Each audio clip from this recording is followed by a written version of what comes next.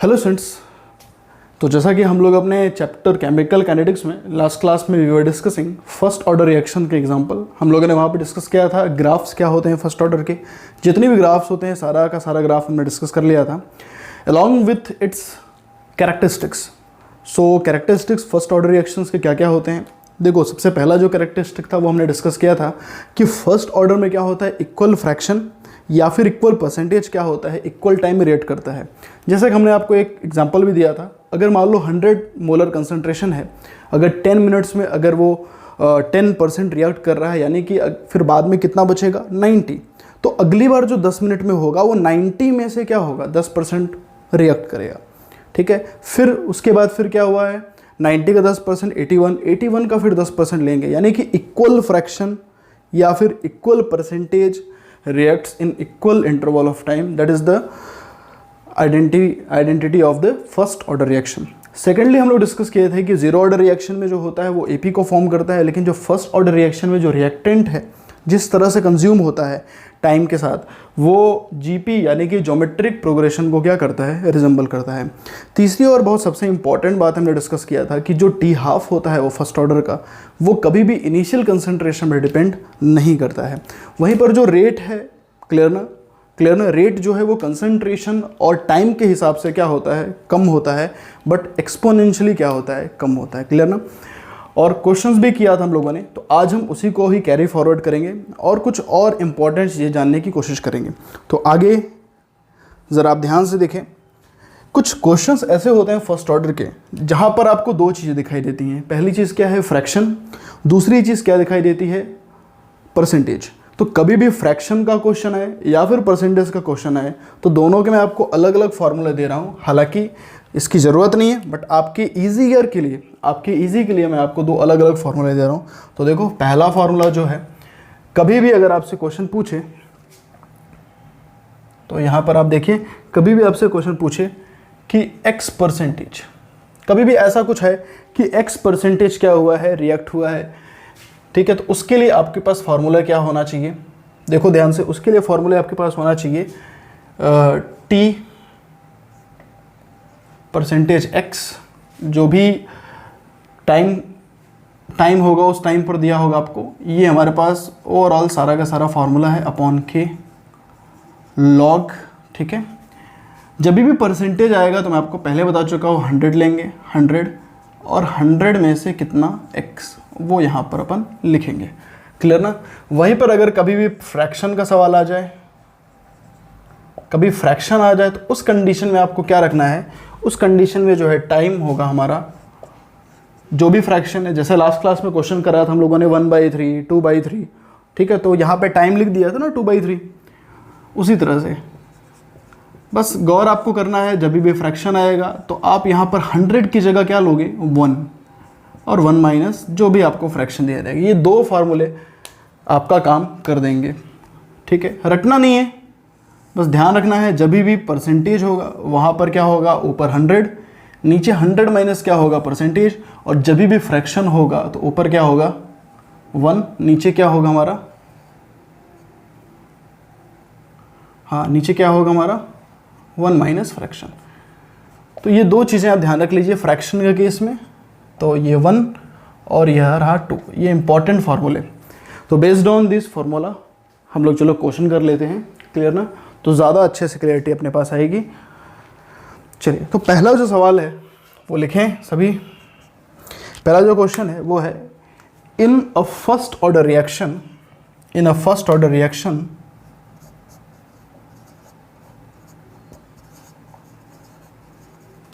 in a first order reaction, time required to complete time required to complete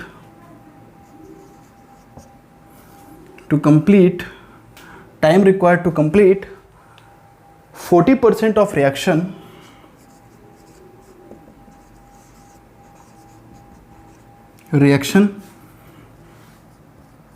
in 10 minute. ठीक है, 10 minute में 40% reduction क्या हो रहा है, खत्म हो रहा है। Then calculate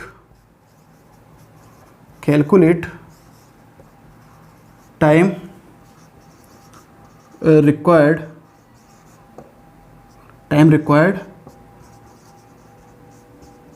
to complete 60% of reaction. देखो इसी तरह सवाल हमें मिलेगा। जो भी बेसिक क्वेश्चंस होते हैं फर्स्ट ऑर्डर के, जो सबसे ज़्यादा नीट में टारगेटेड होते हैं, वो बेटा इस टाइप के होते हैं। ऐसे ही क्वेश्चंस आपके एनसीईआरटी में भी गिवन होंगे। क्लियर ना? तो क्वेश्चन को ज़रा आप ध्यान से देख लो। आपको बोल रहा है 40% जो रिएक्शन है वो 10 मिनट में क्या हो रहा है, कंप्लीट हो रहा है।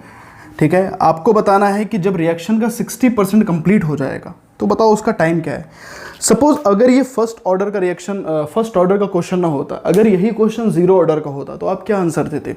अगर जीरो ऑर्डर में अगर हम ये देखते हैं कि 40% रिएक्शन 10 मिनट में ख़त्म हो रहा है, ठीक है, 40% रिएक्शन 10 मिनट में ख़त्म हो रहा है, ठीक है, तो बाकी का जो 10 मिनट होगा, क्लियर ना, बाकी का जो 10 मिनट होगा उसमें भी क्या होगा बताओ? 40% रिएक्शन 10 मिनट खत्म हो, बताओ कितने का फ़र्क है? 20 का। क्लियर ना? यानी कि 40% रिएक्शन खत्म हुआ 10 मिनट में, तो 60% रिएक्शन कब खत्म होगा? क्लियर ना? तो ये हो जाए कितना हमारे पास? 20। कितना हो जाएगा ये? 20। यानी कि अगले 20 मिनट के बाद फिर क्या होगा? रिएक्शन, यानी कि 10 और 10 यानी कि 20 मिनट के बाद क्या होगा? ये 60% खत्म हो जाएगा। ये चीज़ जीरो ऑर्डर में हमने देते हैं, क्योंकि जीरो ऑर्डर में क्या होता है कि कभी भी रेट जो होता है वो कंसंट्रेशन डिपेंड नहीं करता है, कांस्टेंट रहता है। इस वजह से इक्वल टाइम इंटरवल में क्या होता है? इक्वल रिएक्शन क्या होता है? रिएक्ट होता है। इक्वल अमाउंट क्या करता है? रिएक्ट करता है। बट ये रिएक्शन कैसा है अभी फर्स्ट ऑर्डर में? फर्स्ट ऑर्डर में क्या होगा? थोड़ा ज़्यादा होगा। क्लियर ना? क्योंकि रिएक्शन क्या एक्सपोनेंशियली क्या हो रहा है? डिक्रीज हो रहा है।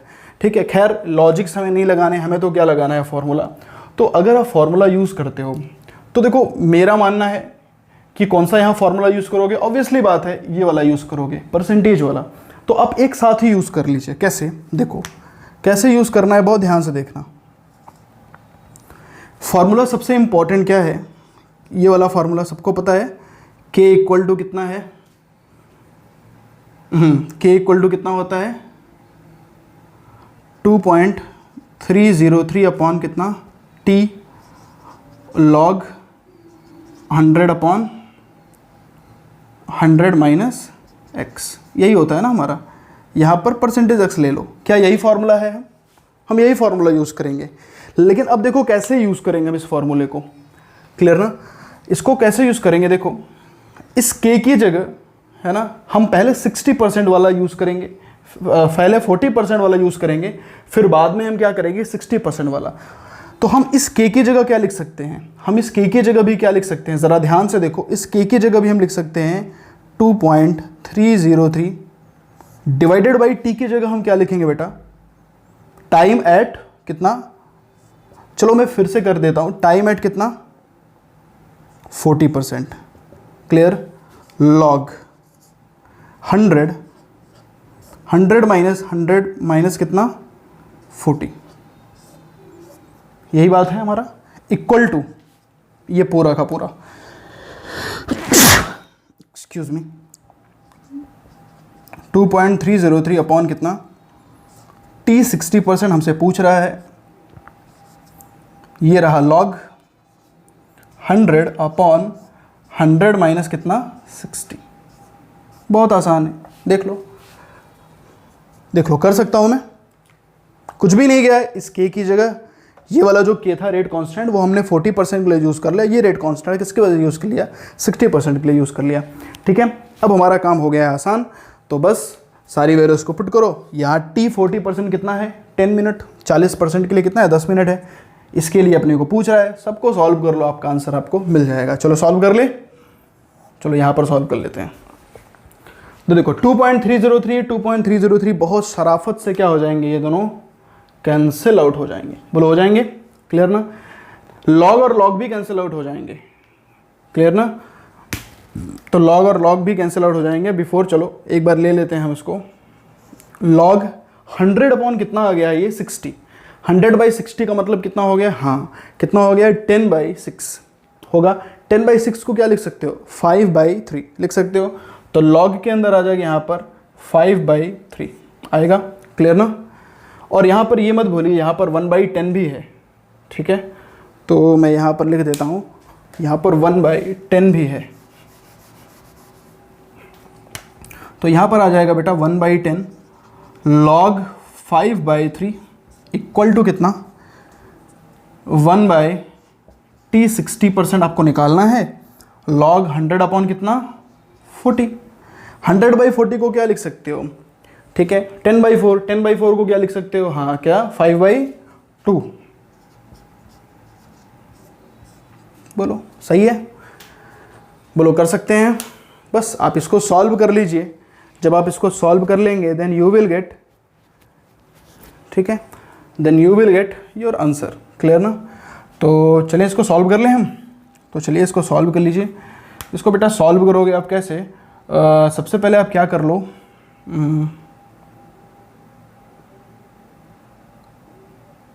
कैसे सॉल्व करोगे आप, देखो दो तरीके हैं इसको सॉल्व करने का। पहला तरीका है तो नॉर्मली log 5 log a/b को हम क्या लिख सकते हैं, log a minus log b।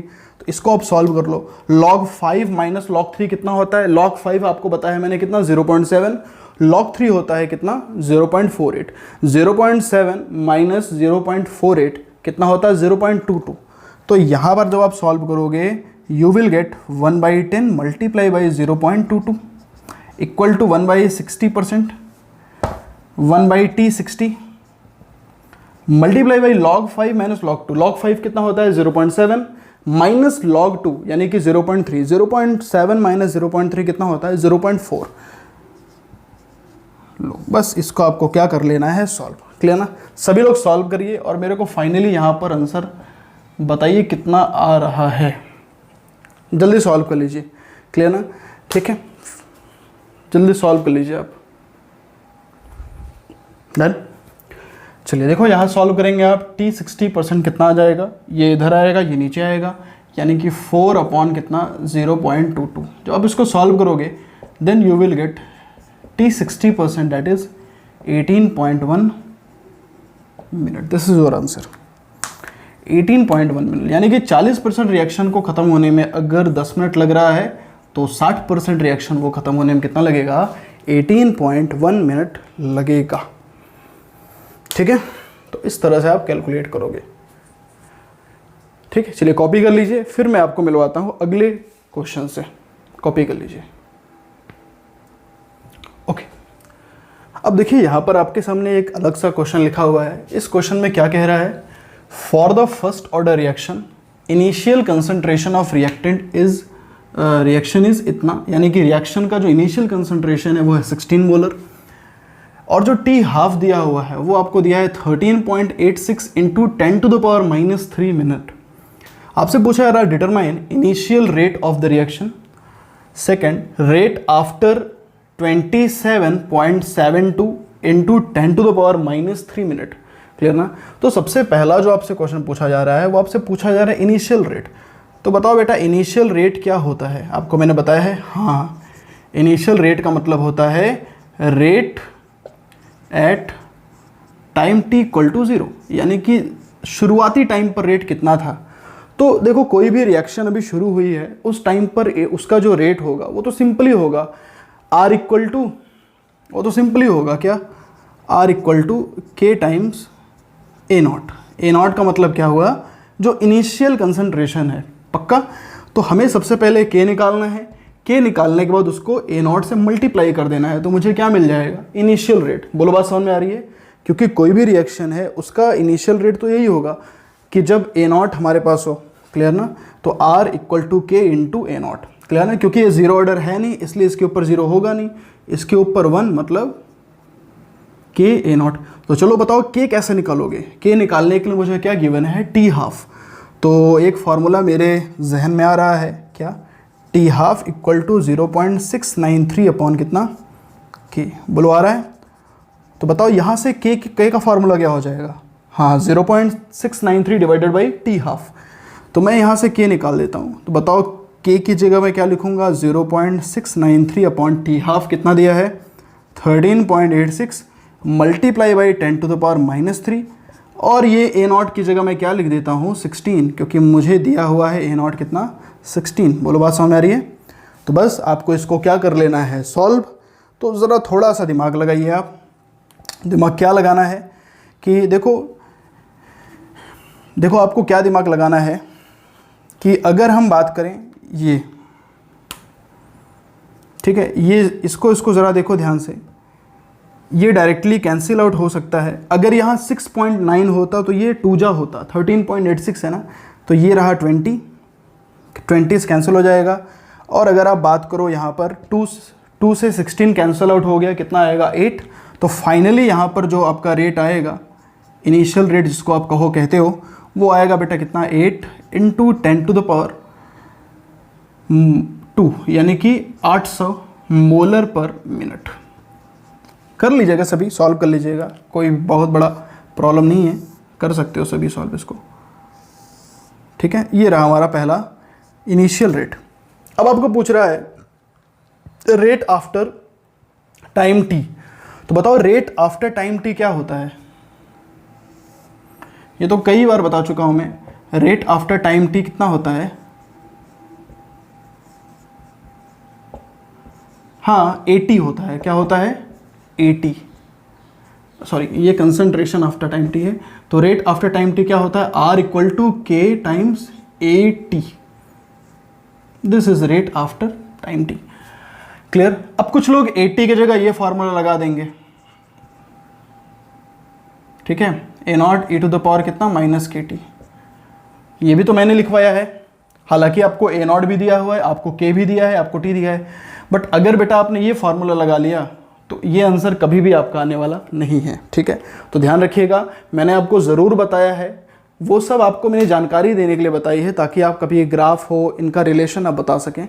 But हमेशा आपको जब रेट पूछ रहा है, आपको पूछ रहा है आपको जब 80 निकालना है, यानी कि आपको फाइनल कंसंट्रेशन ऑफ ए निकालना है या फिर फाइनल कंसंट्रेशन आपको निकालना है किसी भी टाइम टी पर, तो कभी भी ये फॉर्मूला आप यूज़ मत करिएगा। ठीक है, क्योंकि एक्सपोनेंशियल का जो वैल्यू है वो कभी भी क्वेश्चन में आपको गिवन नहीं होता है। तो कभी भी आपको अगर निकालना हो final concentration at particular time T, तो हमेशा ध्यान रखिएगा, हमेशा आप उस फार्मूले को यूज़ करेंगे, K = 2.303/T log A0/80, उस फार्मूले को आप यूज़ करेंगे।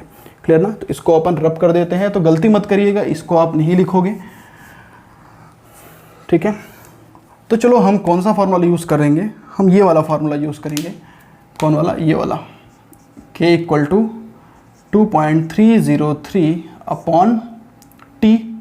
क्लियर ना। log A0 कितना है हमारे पास 16 और 80 अपने को निकालना है। ठीक है, ज़रा ध्यान दीजिए, टाइम टी भी आपको दिया हुआ है, कितने टाइम पर, 27, ये भी आपको गिवन ही है, 27.72, थोड़ा जगह कम पड़ रहा है। ठीक है, इसको आप नोट कर लो, मैं यहाँ पे नीचे लिखता हूँ। कर लिया नोट आपने इसको, चलिए हटा देता हूँ मैं इसको अभी।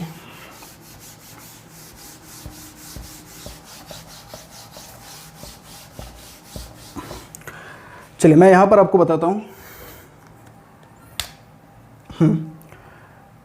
K = 2.303/T कितना दिया हुआ है, 27.72 मल्टीप्लाई बाई 10⁻³ और log A0 कितना है 16, 80 यू हैव टू कैलकुलेट। पक्का। अब इस K की जगह क्या लिख सकते हो, अब K की वैल्यू हमें डायरेक्ट नहीं पता है ना, कहाँ दिया है K की वैल्यू, हमें तो T½ दिया हुआ है, तो K की जगह मैं क्या लिखूंगा, फिर से वही चीज़ 0.693/T½ T½ कितना दिया हुआ है बेटा 13.86 मल्टीप्लाई बाई 10⁻³ कितना -3 इक्वल टू ये पूरा 2.303/2.27 ये सभी पूरा का पूरा आप उतार लीजिए ऐसे ही, log 16/80। इस तरह से आप सॉल्व कर लोगे। ठीक है, अब देखो फिर से समझो, ये पूरा का पूरा कैंसिल आउट होगा, कितना आएगा यहाँ पे 2 आएगा, देख लीजिए आ गया 2, डबल ही तो है ना बेटा, 27 का हाफ कितना है 27.72 का हाफ ये रहा। क्लियर। अब 0.693 को हम क्या लिख सकते हैं, याद करो हमने आपको ये बताया था, याद करो हमने आपको ये बताया था 2.303 log 2, इसकी जो वैल्यू है वो मैंने आपको बताया 0.693। बोलो याद आ रहा है लास्ट क्लास में? तो बस 0.693 की जगह मैं ये लिख दूंगा। उससे फ़ायदा क्या होगा? उससे ये फ़ायदा होगा 2.303 कैंसिल आउट हो जाएगा। बोलो कनेक्ट कर पा रहे हो मेरी बातें, मैं क्या कहना चाह रहा हूँ? तो मैं 0.693 की जगह मैं क्या लिखूँगा?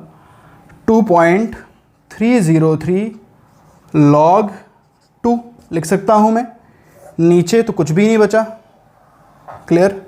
इक्वल टू, ज़रूर यहाँ पर क्या आ गया है? 1/2, ठीक है, 1/2, और यहाँ पर आ गया है log 16 अपॉन कितना? 80।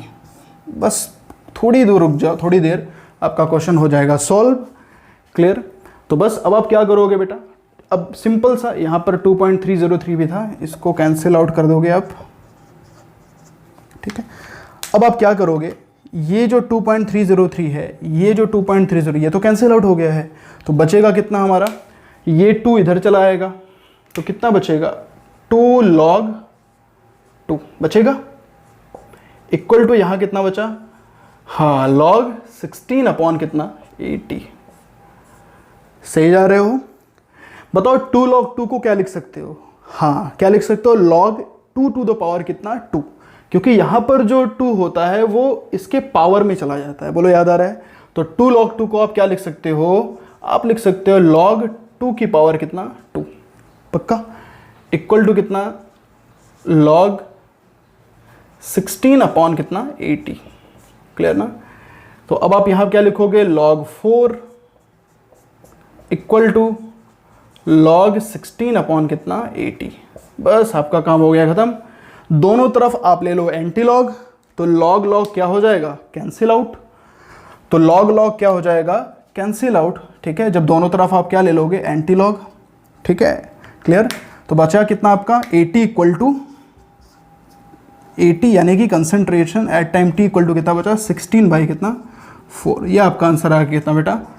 4 मोलर आ गया। ये फाइनली आपका आंसर आ गया। कितना आ गया? 4 मोलर।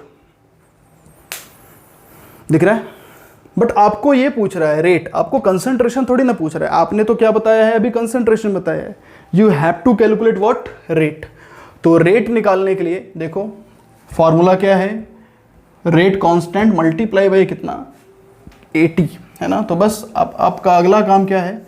अगला काम है जो आया है 80, इसको k से मल्टीप्लाई कर दो, ठीक है? तो चलिए आगे बढ़े। चलिए, तो इसको मैं रब कर दे रहा हूं। आपका अगला काम हो जाएगा फिनिश। क्या निकालना है आपको? रेट निकालना है एट टाइम, जो भी आपको दिया हुआ है।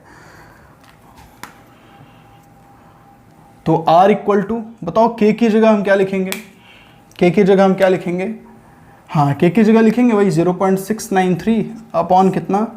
13.86 multiply by 10 to the power कितना? -3 मल्टीप्लाई बाई कितना? 4। क्लियर?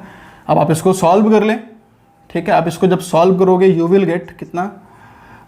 इसको सॉल्व करोगे 1/20, 1/20, तो ये हो जाएगा हमारा 100/20, डेट इज, सॉरी, यहाँ पर आएगा 1/20, 20, यहाँ पर फिर क्या आएगा? 100/2, दैट इज 50 मल्टीप्लाई बाई 4। कर लोगे ना भाई? ये 10 टू द पावर -3 ऊपर जाएगा, कितना आएगा? 1000, और नीचे कैंसिल आउट होगा, कितना आएगा? 20। 1000/20 कितना होता है? 50। वही चीज़ लिखा है। तो यहाँ पर आंसर क्या आ जाएगा? रेट हमारा 200 मोलर पर मिनट, ठीक है? तो this is the rate of this question. तो ऐसे आपको क्वेश्चन छोटे, हालांकि मेरे को टाइम लग रहा है आपको बताने में, क्योंकि मैं आपको बहुत लो लेवल से समझा रहा हूँ, बहुत स्लोली आपको समझा रहा हूँ, बट आप जब खुद से करोगे, ठीक है, तो अब you will do it very quickly. Clear ना? चलिए कॉपी कर लीजिए, फिर आपको मिलवाता हूँ अगले टाइप के कुछ क्वेश्चन से। अब मिलिए इस सवाल से। Show that for the first order reaction time required to complete 99.9% of the reaction is 10 times of T half. ये बहुत इंपॉर्टेंट है, ठीक है? यहाँ पर आपको बोला जाए है कि ये आपको दिखाना है कि फर्स्ट ऑर्डर रिएक्शन में अगर रिएक्शन 99.9% ख़त्म हो जाता है, वो टी हाफ के 10 गुना है। क्लियर ना? तो इसके लिए भी आपको फॉर्मूला बस वही लगाना है जो मैंने आपको बताया है, k इक्वल टू कितना 2.303 अपॉन टी, परसेंटेज का सवाल है, लॉग ऊपर लेंगे कितना 100, नीचे 100 माइनस कितना करेक्ट x, ये यूज़ करना है। ठीक है, हर बार आपको देखो यही यूज़ करना है, अप्लाई करना बस आपको है। तो बस यहाँ पर आप k की जगह क्या लिख सकते हो बेटा, हाँ 0.693 अपॉन कितना टी हाफ, क्योंकि आपका टी हाफ से कंपैरिजन करना है इसलिए मुझे टी हाफ लेना पड़ेगा। तो k क्या फार्मूला आपको समझ में आ गया, k की जगह मैंने ये लिख दिया और ये पूरा इंटायर चीज़ आपको लिखना है। ये टी एक्स कितना है 99.9%, पक्का, लॉग 100 अपॉन 100 माइनस 99.9, ये देख लो, इसको आप सॉल्व कर लो। 0.693 को हम क्या लिख सकते हैं, चलो रहने दो, कुछ भी मत लिखो, लिखना चाहो तो लिख भी सकते हो, अदरवाइज ज़रूरत नहीं है अभी फ़िलहाल, इसको ऐसे ही रहने दो। 2.303 टी 99.9% लॉग, देखो 100 अपॉन ये कितना आ जाएगा, 100 माइनस 99.9 क्या होता है 0.1, बिल्कुल सही। तो ये 0.1 को मैं क्या लिख सकता हूँ बेटा, 1000 लिख सकता हूँ, बोलो 1000 लिख सकता हूँ मैं, तो 1000 लिख लिया मैंने। बोलो यहाँ तक क्लियर हो गया सबको। बस अब अगली बार क्या करूँगा मैं, 1000 को क्या लिखूँगा 10 टू द पावर 3, क्या लिखूँगा 10 टू द पावर 3। तो बस अगले स्टेप में मैं क्या लिखूँगा, ये तो चीज़ें वैसे ही रहेंगी, यहाँ पर क्या लिखूँगा 2.303 लॉग 10 टू द पावर कितना 3, लॉग की प्रॉपर्टी अब क्या अप्लाई हो जाएगी, लॉग की प्रॉपर्टी सबको पता है, अगर लिखा हुआ है लॉग 10 टू द पावर 3 तो फिर ये बाहर निकलेगा कितना आ जाएगा 3 लॉग 10, बोलो आएगा कि नहीं आएगा, ये तो लॉग की प्रॉपर्टी है। क्लियर? ठीक है, तो यहाँ तक आपको समझ में आ गया होगा, बाकी सब ऐसे ही चल रहा है। ठीक, चलिए इधर आइए, ठीक है इधर आइए आप, इधर अगर अपन देखें तो 0.693 upon T half equal to कितना हो जाएगा 2.303 अपॉन टी 99.9%। ठीक है, यहाँ पर क्या आ जाएगा 10 टू द पावर 3 को हम क्या लिख सकते हैं 3 लॉग 10। क्लियर ना? और लॉग 10 की वैल्यू क्या लिखाया था मैंने आपको, बोलो याद आ रहा है किसी को, 1, क्या लिखाया था, देख लो लॉग 10 की वैल्यू कितनी थी 1, ये बेस 10 में ही होता है हमेशा, लॉग 10 की वैल्यू कितनी होती है 1, तो बस लॉग 10 तो 1 हो गया है। क्लियर ना? तो अब आप ज़रा देखें, इसको मल्टीप्लाई कर लीजिए, 2.303 को 3 से मल्टीप्लाई कर दीजिए। ठीक है, तो whenever you multiply it then you will get 0.693 upon T half equal to 6.93। ठीक है, 6.909, ठीक है, जो भी है 6.9 कितना आएगा 6.909 है ना। ठीक है, अप्रॉक्सीमेटली ये आ जाएगा हमारा 99.9%। लॉग 10 तो कितना हो जाएगा 1, तो लॉग 10 तो बेटा कितना हो जाएगा 1 हो जाएगा, है ना। अब इसको अप्रॉक्सीमेटली हम क्या कर देंगे, कैंसिल आउट। 2.303 को हम क्या लिख 6.9 है ना। ठीक है, तो 0.69 ये 6.1, ये अप्रॉक्सीमेटली क्या हो जाएगा, ये कैंसिल आउट हो जाएगा और यहाँ कितना आ जाएगा 10। अप्रॉक्सीमेटली बात कर रहे हैं, ये 0.69 था, ये 6.9 था, तो अप्रॉक्सीमेटली कितना आ गया 10। तो बस यहाँ से आपका आंसर आ गया है। आपका आंसर ये क्या आ गया है, ज़रा देखें, इसको इधर लाइए, इसको मल्टीप्लाई करिए, you will get your answer कितना, T 99.9% equal to 10 times T half. Clear ना। तो नोट कर लीजिए, ये इंपॉर्टेंट डेटा है, आपको ध्यान देना है कि जब रिएक्शन फर्स्ट ऑर्डर का है और वो रिएक्शन 99.9% कंज्यूम हो चुका है, तो उस कंडीशन में जो T हाफ होगा वो 10 टाइम्स हो जाएगा। क्लियर ना। ठीक है, तो और भी मैं आपको टाइम दे देता हूँ ताकि आप देखते ही उसको सॉल्व कर लें, बार बार आपको ये करना ना पड़े। जैसा आपने 99.9% किया है, अगर मैं आपसे बोलूं कि 75% में कितना होगा टी हाफ, तो आपको फिर से कैलकुलेट करना पड़ेगा। अगर मैं आपसे बोलूं कि 87% में कितना होगा टी हाफ, तो you have to further calculate it, है ना। तो हम नहीं चाहते हैं कि आपको बार बार मेहनत करना पड़े। तो मैं क्या करता हूँ, आपको एक डेटा दे देता हूँ, आपको कुछ टाइम का डायरेक्टली आपको आंसर दे देता हूँ, तो बाकी उनसे अगर क्वेश्चन कभी भी आए तो डायरेक्टली आप उस वैल्यू को क्या कर सकें, पुट कर सकें। ठीक है, चलिए कॉपी कर लीजिए, फिर मैं आपको मिलवाता हूँ उन वैल्यूज से। क्लियर। चलिए कुछ मैं आपको इंपॉर्टेंट टाइम दे रहा हूँ जो हम शॉर्टकट्स में यूज़ करेंगे, कई क्वेश्चंस में यूज़ करेंगे हम लोग उसको, तो एज अ शॉर्टकट वो आपके काम में आएगा, तो बस उसको आप थोड़ा लिख लीजिए।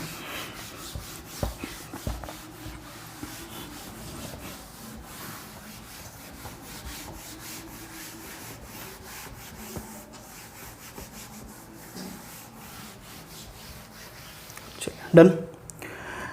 देखिए सपोज अगर मेरे पास इनिशियल कंसंट्रेशन A0 है, क्लियर ना, ठीक है, तो टी हाफ के बाद वो कितना हो जाएगा, A0/2 हो जाएगा। ठीक है, बताओ अगले टी हाफ के बाद कितना हो जाएगा, यस A0 कितना 4। नेक्स्ट टी हाफ के बाद वो कितना हो जाएगा, यस A0 कितना 8। नेक्स्ट टी हाफ के बाद कितना हो जाएगा, बोलो कनेक्ट कर पा रहे हो, A0 अपॉन कितना 16।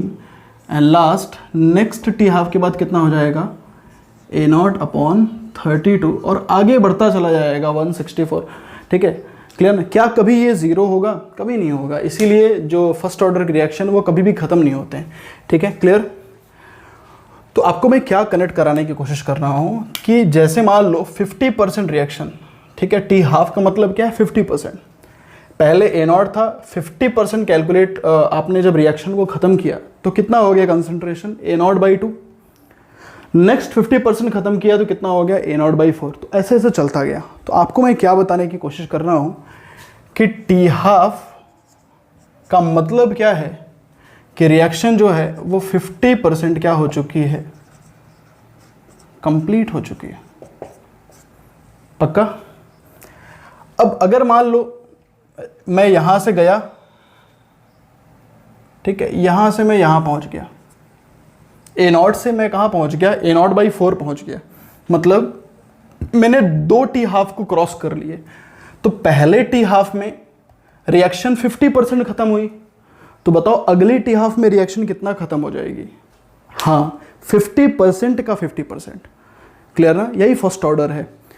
पहले टी हाफ में रिएक्शन 50% कंप्लीट हुई, तो नेक्स्ट टी हाफ में, यानी कि जब रिएक्शन 2 टी हाफ हो जाएगा, 2 टाइम्स टी हाफ हो जाएगा, उस टाइम पर कितने परसेंट रिएक्शन खत्म हो जाएंगे। तो पहले टी हाफ में रिएक्शन 50% खत्म हुआ, तो नेक्स्ट टी हाफ में रिएक्शन 50 का 50% खत्म होगा, यानी कि फिर से 50 का 50। तो बताओ 50 का 50 कितना होगा, हाँ कितना 25।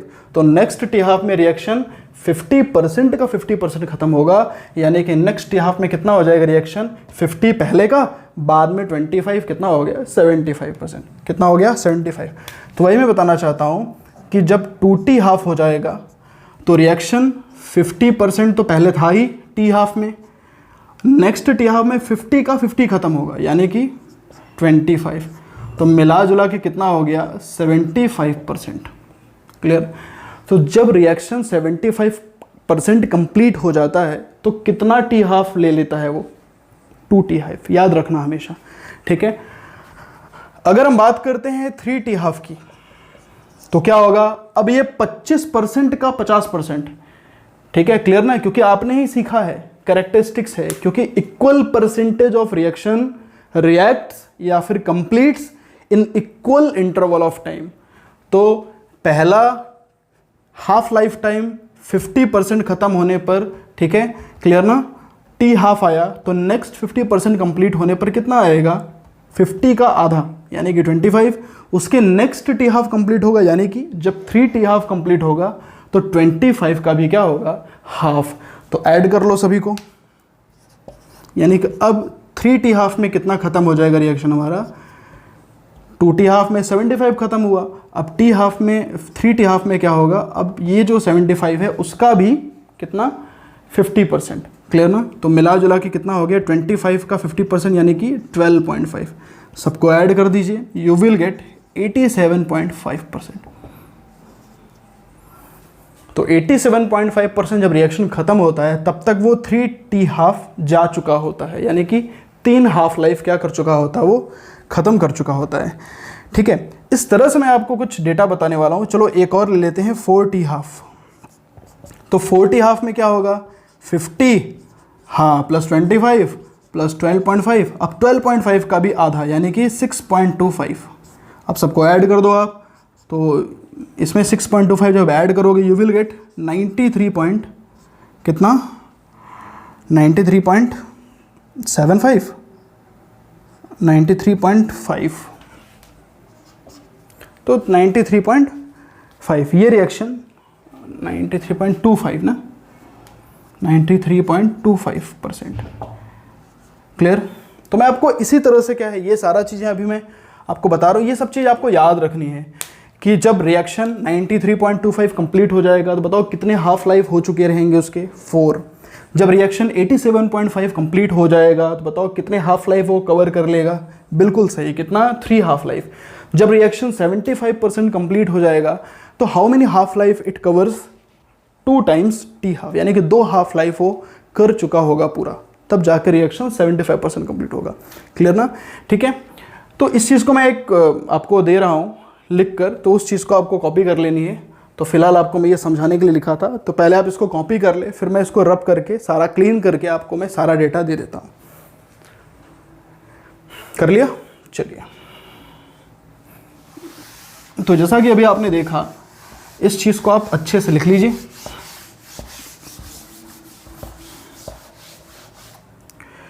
देखिए 50% जब रिएक्शन खत्म होगा तो उसको क्या बोलेंगे हम t½ पक्का। जब रिएक्शन 75% खत्म हो जाएगा तो उसको हम क्या बोलेंगे 2t½ हाँ। इसके बाद क्या देखा था हम लोगों ने, हाँ 75 के बाद 87.5 रिएक्शन जब परसेंट खत्म होगा उसको हम क्या बोलेंगे 3t½ ठीक है। और 87 के बाद जस्ट 90% की अपन चर्चा करते हैं, जब 90% रिएक्शन खत्म हो जाएगा। क्लियर ना।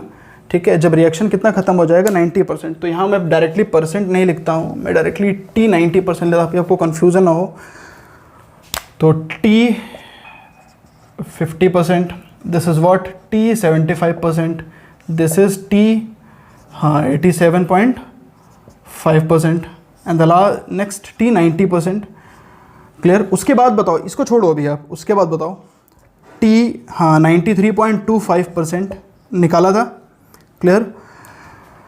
इसके बाद बात करते हैं t 99%, t 99.9%। क्लियर ना। इतना चीज़ें हम लोगों ने डिस्कस कर रखी थी, ज़रा काउंट करो कितने हैं 1 2 3 4 5 6 7 ठीक है, इतनी चीज़ें। क्लियर। अब चलिए बातचीत करते हैं, बताओ 93.25 में कितने हाफ लाइफ हो गए थे, बिल्कुल सही, कितना 4 टाइम्स t½ बताओ 99 इसको तो नहीं जानते आप, छोड़ दीजिए, इसको जानते हो, अभी आपको बताया था ना प्रूफ करके कि जब 99.9% रिएक्शन खत्म हो जाएगा तो वो कितने t½ के बराबर होगा, हाँ कितना 10 टाइम्स कितना t½ पक्का। अभी ये छूटे हुए हैं, ये छूटे हुए हैं, ज़रा ध्यान से बताओ कि रिएक्शन जब 87.5% खत्म हो रहा है तब तो कितना आ रहा है 3 टाइम्स t½ क्लियर। जब रिएक्शन 93.25 खत्म हो रहा है तब कितना आ रहा है 4 टाइम्स t½ तो बताओ 90% का कितना होगा t½ हाँ कितना होगा, इन दोनों के बीच में आएगा, यानी कि 90% किन के बीच में आ रहा है 87 से ज़्यादा और 93 से क्या कम। तो इनका जो t½ भी होगा वो 3t½ और 4t½ के क्या होगा बीच में कहीं पर होगा। ठीक है, क्लियर ना। ठीक, तो ऐसा कोई ऑप्शन होगा आप उसको टिक कर सकते हो, बट आपको मैं आंसर लिखवा देता हूँ। ठीक है, आपको तैयार करा के आपको याद करा रहा हूँ। तो इसका जो होता है बेटा 3.33 t½ तो देखो 87.5 से ज़्यादा और 4 यानी कि 93.25 से कम, या फिर इसको आप ऐसा भी लिख सकते हो 10/3 t½ जैसा सवाल वैसा आप इसको यूज़ कर सकते हो। बोलो बात समझ में आ रही है। ठीक है, बताओ 99% का क्या होगा, 99% किससे ज़्यादा है 93 से ज़्यादा है, ऑब्वियसली, लेकिन 10 t½ से क्या है, कम है। इस वजह से इसका जो t½ होएगा 6.66 t², या फिर इसको आप लिख सकते हो 20/3 t²। ठीक है, क्लियर ना। तो इतने ज़्यादा t½ की वैल्यूज़ हैं, आपको क्या करनी है, याद रखनी है। कहीं ना कहीं एग्ज़ाम क्वेश्चन के किसी न किसी मोड पर आपको ये काम ज़रूर आएगा। ठीक है, इंपॉर्टेंट है, नोट कर लीजिए जल्दी से। ठीक है, क्लियर। अब ज़रा मैं आपको इसके बेसिस पे क्वेश्चन देता हूँ जो नीट में तो नहीं आए हैं, लेकिन हाँ जेई में आए हुए हैं, जेई एडवांस में आए हुए हैं। ना ना ना, आप एडवांस का चक्कर मत जाइए, देखिए इसका यूटिलिटी कितना अच्छा है। ठीक है, कि एडवांस के भी क्वेश्चन को ये सॉल्व कर लेता है। क्वेश्चन कुछ इस तरह से आए थे, ज़रा ध्यान से देखो। तो सबसे पहले आपको मैं क्वेश्चन से मिलवा देता हूँ। क्वेश्चन आए क्या थे, क्वेश्चन बेटा आपको क्या आए थे मैं वो लिखवा देता हूँ। एक रिएक्शन है ए से बी, ये प्रोडक्ट दे रहा है। ये मैं क्वेश्चन आपको करा रहा हूँ जेईई एडवांस 2013 का, क्लियर ना। बट बहुत आसान है, अगर आपको ये पता है तो आप इनको बहुत आसानी से कर सकते हो। उसमें से क्या बोला जा रहा है आपको, कैलकुलेट ऑर्डर। कैलकुलेट ऑर्डर, आपको ऑर्डर पूछा जा रहा है। इंफॉर्मेशन क्या क्या दिया हुआ है बेटा, तो इंफॉर्मेशन आपको दिया है बी फॉलोज, बी जो है follows graph, B follows graph. अब ग्राफ क्या है,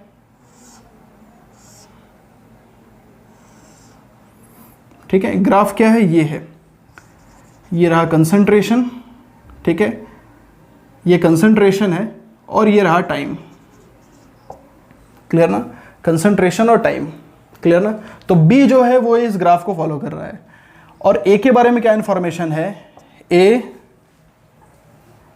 completes 75% in, A completes 75% in twice of the t²। ध्यान देख लीजिए, ए के बारे में क्या इंफॉर्मेशन है कि ए का जो रिएक्शन है, यानी कि ए जो है रिएक्टेंट, वो अपने रिएक्शन को कंप्लीट कर रहा है 75% में। कितना कंप्लीट कर रहा है, अपने रिएक्शन को 75% कंप्लीट कर रहा है। पूरा कंप्लीट नहीं हो रहा है इसका रिएक्शन, कितना हो रहा है, सिर्फ 75% कंप्लीट हो रहा है। और वो जो 75% कंप्लीट कर रहा है, उसको 75% कंप्लीट करने पर, ठीक है, t½ 2 गुना लग जा रहा है। यानी कितना लग जा रहा है, t½ 2 गुना लग जा रहा है। तो बी का जो इंफॉर्मेशन है वो है ये ग्राफ, और ए का जो इंफॉर्मेशन है क्या कह रहा है, ए को 75% रिएक्शन कंप्लीट होने में जो t½ लग रहे हैं वो 2 टाइम्स लग रहे हैं। बताओ, ये कहीं ना कहीं सुना हुआ लग रहा है। ठीक है, जब कभी भी रिएक्शन 75% कंप्लीट होता है, उनमें लगने वाले जो t½ हैं अगर वो 2 टाइम्स हो जाएं, बताओ ये कौन से ऑर्डर की रिएक्शन है, बिल्कुल सही, कौन सा ऑर्डर रिएक्शन है, फर्स्ट ऑर्डर। क्योंकि हमने अभी सीखा है कि 75% रिएक्शन कंप्लीट होने में जो t½ लगता है वो कितना लगता है, 2 टाइम्स t²। तो यानी कि अगर 75% ए कंप्लीट कर रहा है कितने टाइम में, हाफ लाइफ के 2 गुना, हाफ लाइफ के 2 टाइम्स में। इसका मतलब पक्की बात है कि ए जो है वो कौन सा ऑर्डर है, फर्स्ट ऑर्डर है, क्लियर ना। तो ए के बारे में तो मुझे ऑर्डर पता चल गया है। चलो बी के बारे में अगर बात करते हैं, तो बी इस ग्राफ को फॉलो कर रहा है। तो जरा आप देखें, इस ग्राफ को मैं फिर से बनाता हूं। ये ग्राफ आपको समझ में आ रहा है कि नहीं आ रहा है, मेरे को बताइए। ये ग्राफ कैसा है, ये आपने पढ़ा हुआ है कि कंसंट्रेशन लीनियर ग्राफ फॉलो कर रहा है। कंसंट्रेशन जो है वो लीनियरली क्या कर रहा है, डिक्रीज कर रहा है टाइम के साथ साथ। तो बताओ ये कौन सा ग्राफ है, जीरो ऑर्डर। क्योंकि जीरो ऑर्डर में आपने पढ़ा है कि जीरो ऑर्डर का जो कंसंट्रेशन है वो लीनियर पैटर्न को क्या करता है, शो करता है। क्या शो करता है, लीनियर पैटर्न को शो करता है। तो बी जो है वो जीरो ऑर्डर का काइनेटिक है, और वहीं पर जो ए है वो फर्स्ट ऑर्डर का क्या है, काइनेटिक है। देखो कितना आसान है, समझ में आ गया आपको कि नहीं आ गया। लेकिन अब कुछ भी नहीं है, 1 मिनट का भी ये सवाल नहीं था, और पूछा कहाँ था, जेईई एडवांस, JEE एडवांस 2013 में, क्लियर ना। ठीक है, आप देख सकते हो इसको, ठीक है, क्लियर ना। तो बी जो है वो लीनियरली ग्राफ को शो कर रहा है। इसका मतलब बी का जो ग्राफ है वो जीरो ऑर्डर को शो हो रहा है, ठीक है। और इसको तो इसका मतलब देखो ग्राफ से हम आइडिया लगा पा रहे हैं। मैं आपको इसीलिए ग्राफ सारे के सारे बता रखा है कि कहीं न कई बार ऐसा होता है क्वेश्चन में ग्राफ दे दिया जाता है और ग्राफ से हमें आइडिया लगाना पड़ता है कि कौन सा ऑर्डर है कौन सा ऑर्डर नहीं है, ठीक है। कुछ भी इन्फॉर्मेशन नहीं दिया था बी का, सिर्फ ग्राफ दिया था। तो अगर आपको ग्राफ पता ना होता बेटा, then how can you analyze whether the order is a और whether the order is second, whether order is zero. तो फर्स्ट ऑफ ऑल ग्राफ से हमने ये डिसाइड कर लिया कि ये कौन सा ऑर्डर है। तो बी जो है वो जीरो ऑर्डर का रिएक्शन हो गया और जो ए है वो कौन से ऑर्डर का हो गया, फर्स्ट ऑर्डर का रिएक्शन हो गया, ठीक है। तो चलिए ये इंपॉर्टेंट था, इसको आप कॉपी कर लीजिए। फिर बात करते हैं हम अपने आगे की, ठीक है।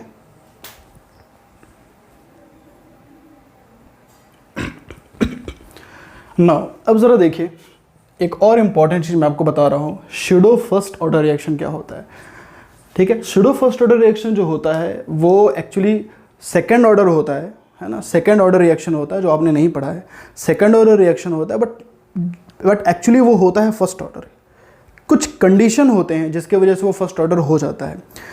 एक्चुअली वो कंडीशन दो होते हैं। पहला कंडीशन होता है कभी कभी जैसे मान लो दो रिएक्टेंट है हमारे पास ए और बी, अगर दोनों में से कोई एक रिएक्टेंट का कंसंट्रेशन ज़्यादा हो गया, क्लियर ना, कंसंट्रेशन ज़्यादा हो गया, किसी का बहुत ज़्यादा हो गया, तो उस कंडीशन में जो ऑर्डर है वो कम होने लगता है, क्लियर ना। अगर वो सेकंड ऑर्डर है तो फर्स्ट ऑर्डर की तरह बिहेव करने लगता है, ठीक है, क्लियर ना।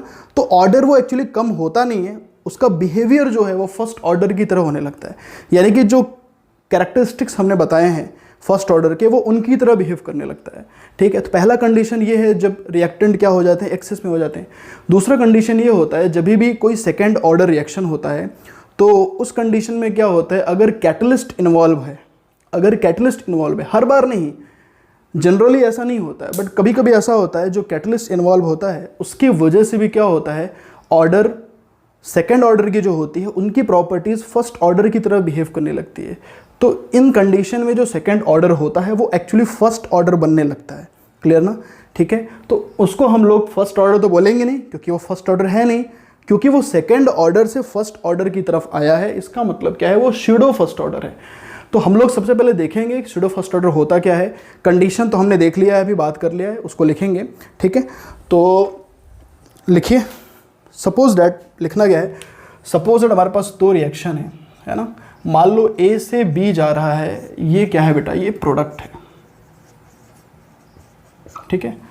अब ये जो रिएक्शन है ये सेकेंड ऑर्डर है, जो अभी आपने पढ़ा नहीं है, ठीक है। तो आपको पढ़ना भी नहीं है, बट क्योंकि मैं स्यूडो फर्स्ट ऑर्डर आपको बता रहा हूँ तो मेरे को बताना ज़रूरी है, तो बस आप उसके फॉर्मूले को देख लें। तो ये रहा rate law expression, this is what, rate law expression, पक्का सेकेंड ऑर्डर का। देखो ऐसा है, टाइम टी इक्वल टू 0 पर क्या है, मान लो ए का कंसंट्रेशन कितना है, ए, बी का कंसंट्रेशन क्या है, स्मॉल बी। कुछ समय के बाद इसमें से क्या है, x निकला, इसमें से क्या है, x निकला, पक्का। और ये क्या फॉर्म हुआ, ये क्या फॉर्म हुआ हमारा, x। प्रोडक्ट से मतलब नहीं है मुझे, ठीक है। अब देखो अगर हम बात करते हैं, क्योंकि ये सेकेंड ऑर्डर है, तो सेकेंड ऑर्डर का जो फॉर्मूला होता है जो आपने अभी पढ़ा नहीं है, तो आप यहाँ पर बस देख लें, आपको उसको ज़रूरत नहीं है क्योंकि सेकेंड ऑर्डर से क्वेश्चन आते ही नहीं, बट आ गए अगर तो फॉर्मूला मैं आपको लिखवा दे रहा हूँ। ये होता है बेटा 2.303, वो फर्स्ट ऑर्डर की तरह ही ड्राइव होता है। t यहाँ पर हो जाता है 1/b माइनस ए, ध्यान दीजिएगा, 2.303 multiply by 1/b minus a log a multiply by b minus x upon b a minus x, clear ना। This is the formula of second order. हालांकि यहाँ पर b है और a है, तो आप ऐसे भी समझ लीजिएगा, y और x जो भी है, क्लियर ना। ये होता है हमारा सेकेंड ऑर्डर का फॉर्मूला। दिस इज व्हाट,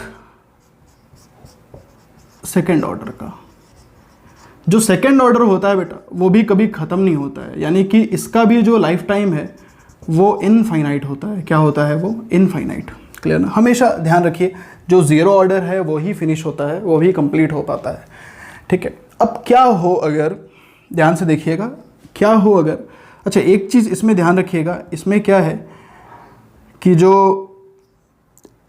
ठीक है, इसमें क्या आपको ध्यान देना है कि जो b है, ठीक है, क्लियर ना, जो b है वो बड़ा है, यानी कि मिला जुला के हम क्या कह सकते हैं, x जो है वो a और b दोनों से छोटा है, ऐसा है, ठीक है, ये गिवन है, ठीक है। x और b दोनों, x क्या है, a और b दोनों से छोटा है, क्योंकि छोटा तो होगा ही ना, क्योंकि a से निकल रहा है तो a तो ज़्यादा ही है, x से b में से x निकल रहा है तो यानी कि b ज़्यादा है, ठीक है। तो यानी कि a का जो कंसंट्रेशन है, b का जो कंसंट्रेशन, उनसे x क्या है वो कम ही रहेगा, उसको रटना नहीं है, वो हमको पता है, क्योंकि x क्या है, अमाउंट डिसोशिएट हो रहा है, पक्का। अब देखो कुछ ऐसा केस होता है, व्हाट हैपेंस, बताओ मुझे, व्हाट हैपेंस, क्या होगा if b is in axis, क्या होगा अगर b ज़्यादा हो जाए तो, अगर b क्या हो जाए, ज़्यादा हो जाए तो क्या होगा, मतलब क्या कहने का है, यानी कि b जो है a से बहुत ज़्यादा हो जाए, ये मतलब है कहने का। तो अगर b a से बहुत ज़्यादा हो जाएगा, क्योंकि, ठीक है, क्योंकि x जो है वो a से भी छोटा है और b से भी छोटा है, ठीक है। लेकिन अब यहाँ से ये चीज़ क्लियर हो गया कि भाई b तो सबसे बड़ा है, b a से भी बड़ा है और x से तो पहले से बड़ा था, तो मिला जुला के क्या बोलोगे कि जो b माइनस एक्स है वो अप्रॉक्सीमेटली किसके बराबर हो जाएगा, b से, क्योंकि b तो बहुत बड़ा हो गया x से। और फिर यहाँ से हम बात कर रहे हैं कि जो a माइनस एक्स है, b माइनस एक्स हो गया, और ये जो a माइनस एक्स है वो किसके बराबर हो गया, अप्रॉक्सीमेटली a के बराबर हो गया। बोलो बात समझ में आ रही है, ठीक है, sorry, a minus b minus a,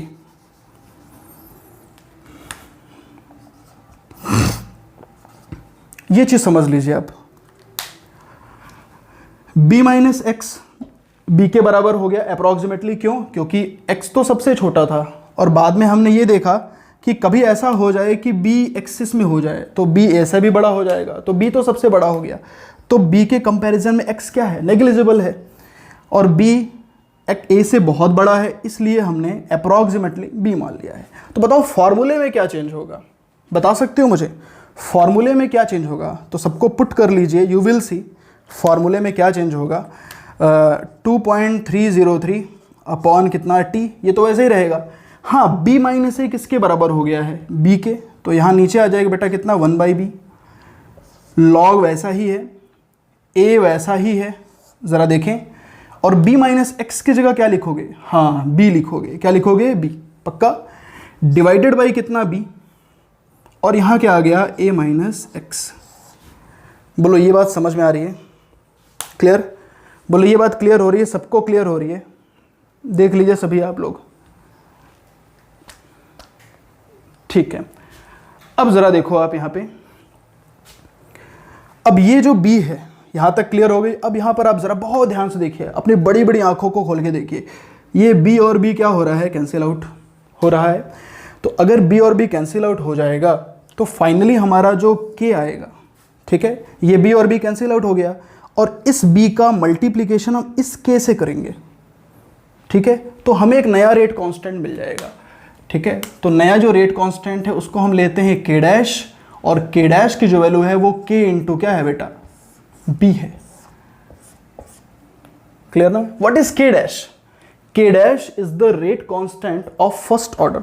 समझाता हूं, देखो पहले इसको हम हटा देते हैं, इस b का मल्टीप्लिकेशन kb से करो, तो बताओ यहाँ क्या आ जाएगा, k डैश आएगा इक्वल टू, चलो अभी आप यहाँ kb ही लिखो, k into B equal to कितना, 2.303 अपॉन कितना, t log a upon a minus x. बताओ क्या दिख रहा है, फर्स्ट ऑर्डर की तरह थोड़ा बहुत दिख रहा है, अभी एकदम से समझ में आ जाएगा। पहले आप इसको कॉपी कर लीजिए, थोड़ा मैं इसको साफ कर दूं, फिर आपको एकदम अच्छे समझ आ जाएगा। कॉपी कर लीजिए पहले आप, कर लिया, चलो अब इसको हटा दूं। चलो आप देखो ज़रा ध्यान से, इसको मैं हटा देता हूं।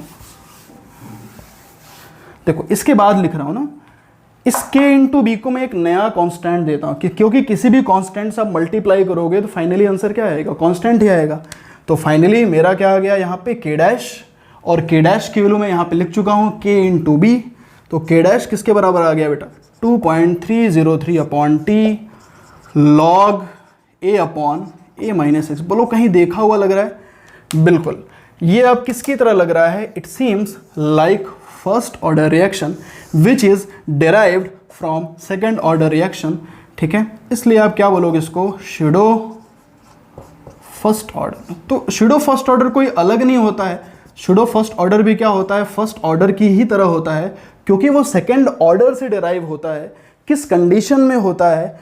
ठीक है, पहला कंडीशन ये होता है कि दोनों ही कंसंट्रेशन, यानी कि ए का कंसंट्रेशन हो या फिर बी का कंसंट्रेशन हो, दोनों ही कंसंट्रेशन में अगर किसी भी कंसंट्रेशन क्या हो जाए, एक्सेस में हो जाए, तो अगर कोई भी कंसंट्रेशन एक्सेस में हो जाएगा तब जाकर कुछ ऐसा सीन बनता है। क्लियर ना? ठीक है, एक सेकेंड ऑर्डर फर्स्ट ऑर्डर बन जाता है, या फिर कभी ऐसा हो कोई कैटलिस्ट इन्वॉल्व हो किसी भी रिएक्शन में। ठीक है, ऐसा हर बार नहीं होता है, फिर से बोल रहा हूँ मैं, ये एक एक्सपेरिमेंटल है, यानी कि शूडो ऑर्डर है या नहीं है ये आप प्रेडिक्ट नहीं कर सकते हो, या हम प्रेडिक्ट नहीं कर सकते हैं, ये सिर्फ एक्सपेरिमेंटली डिफाइन है। क्लियर ना? ये क्या है, सिर्फ एक्सपेरिमेंटली डिफाइन है। तो एक्सपेरिमेंटली हम ये देखते हैं कि कोई कैटलिस्ट के इन्वॉल्व होने से कभी कभी ऐसा होता है कि जो सेकेंड ऑर्डर का रिएक्शन होता है उसका बिहेवियर थोड़ा फर्स्ट ऑर्डर की तरह होने लगता है, जिसकी वजह से हम क्या बोलते हैं भाई, वो शूडो फर्स्ट ऑर्डर काइनेटिक है। क्लियर ना? ठीक है, तो कुछ इस तरह है। तो यहाँ पर जो के डैश है उसको आप लिख लीजिए, के डैश क्या है और ये के है क्या, के डैश क्या है, rate constant of first order, rate constant of first order, और व्हाट इज के, rate constant of second order. ठीक है, बोलो बात क्लियर हो रही है? ठीक है, देख लिया? तो कुछ इस तरह से, क्लियर ना? तो इसको बोलते हैं शूडो फर्स्ट ऑर्डर रिएक्शन। ठीक है, क्लियर ना? तो अब हम देख लेते हैं इसके कंडीशंस क्या क्या होते हैं। यहां तक समझ में आ गया आपको? ठीक है, कोई डाउट? ठीक है, चलिए जाते आते हम इसके कंडीशन भी जल्दी से लिख देते हैं। तो सबसे आगे हेडिंग डालिए अब इसके आगे, आप इसके डेफिनेशन पहले लिख लेते हैं।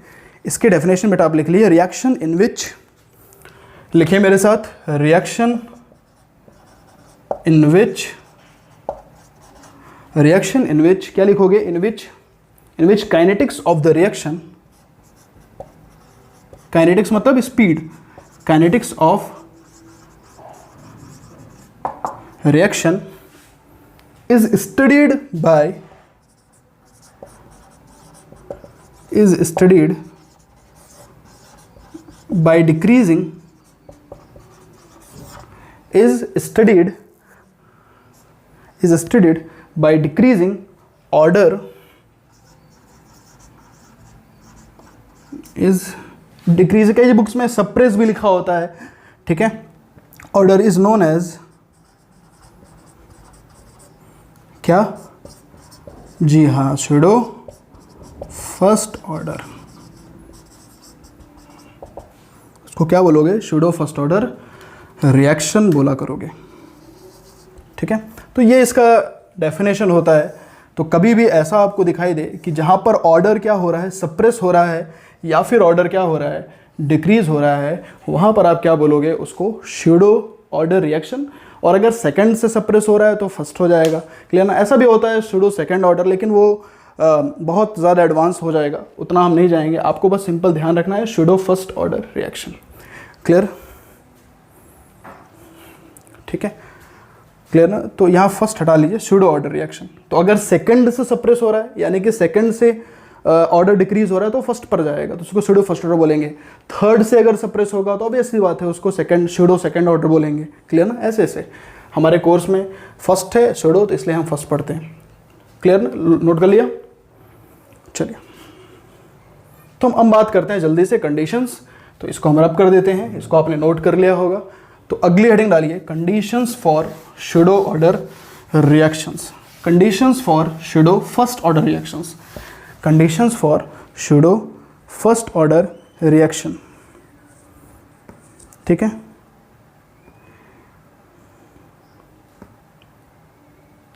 क्लियर ना। चलिए, तो सबसे पहला जो कंडीशन बेटा यहाँ पर लिखिए आप, इट इन्वॉल्व्स, ऐसा लिखिए, it happens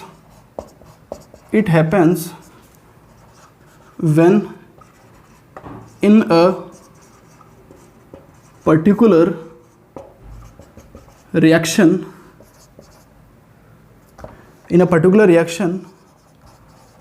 concentration of a reactant is in excess, excess यानी कि ज़्यादा। जब कभी भी किसी भी रिएक्शन में कोई भी रिएक्टेंट का कंसंट्रेशन क्या हो, एक्सेस में हो, तब ये आ सकता है कंडीशन। दूसरा कंडीशन क्या है कि if rate law expression involves, अगर रेट लॉ एक्सप्रेशन में इन्वॉल्व्स कैटलिस्ट, अगर रेट लॉ एक्सप्रेशन में कभी भी कैटलिस्ट का इन्वॉल्वमेंट है तो भी ऐसा देखा गया है कि ऑर्डर सप्रेस होता हुआ। क्लियर ना। तो यानी कि फिर उस टाइम पर भी क्या है, ऑर्डर सप्रेस हो सकता है। क्लियर ना। तो ये दो कंडीशन है सबसे इंपॉर्टेंट, और इसके कुछ एग्जांपल्स भी हैं, ठीक है, स्यूडो ऑर्डर रिएक्शन के, क्योंकि हम स्यूडो फर्स्ट ऑर्डर पढ़ रहे हैं। तो उसमें क्या होगा कि सेकंड ऑर्डर का कोई भी रिएक्शन है वो उसका ऑर्डर डिक्रीज हो जाएगा। तो बेटा ऑर्डर डिक्रीज नहीं होता है, इन दोनों कंडीशन की वजह से क्या होते हैं, जो बिहेवियर है वो सेकंड ऑर्डर का वो चेंज होने लगता है, वो फर्स्ट ऑर्डर की तरह बिहेव करने लगता है। इसलिए हम उसको क्या बोलते हैं, हाँ, स्यूडो फर्स्ट ऑर्डर रिएक्शन। तो इसके कुछ एग्जांपल्स हैं, इनके कुछ क्वेश्चंस हैं, वो हम आपको नेक्स्ट क्लास में डिस्कस करेंगे। तब तक के लिए अपना ध्यान रखिए, मिलेंगे अपन नेक्स्ट क्लास, फिर इसके आगे कंटिन्यू करेंगे। तब तक के लिए बाय बाय, थैंक यू।